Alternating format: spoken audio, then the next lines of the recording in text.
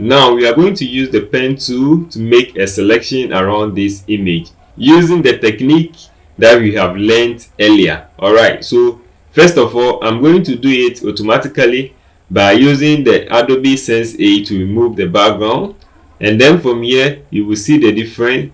So your part is going to use the pen tool to make a precise selection around the shape, and then when you are done, you share with me so that I can see what you were able to come out with. Alright, so with this image open in Photoshop, first of all, I'll click on the image to unlock it, or let me undo, Ctrl Z to undo, or I'll just click and drag this image into the bin that we can find over here. So that is the bin. Then from here I'll go to the Windows tab over here. So here is the Windows tab, click on it, and then we are going to search for properties, click on it, and we are going to have this panel. Next, just use this bar and scroll down, and you are going to see remove background over here.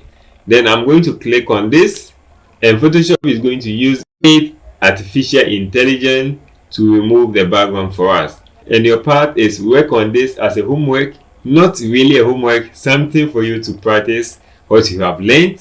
Okay, and then when you get the precise selection that we want, you share with us so that we will be able to know how far you have come. All right, so let's wait for the background to be removed, and then you will see the difference. Okay, so boom, Photoshop has used Adobe Sense 8 to remove the background for us. So let me zoom in. So to zoom in, Control plus or Command plus to zoom in, and you can see from here that the selection that came out wasn't precise. You can see we have some halos here.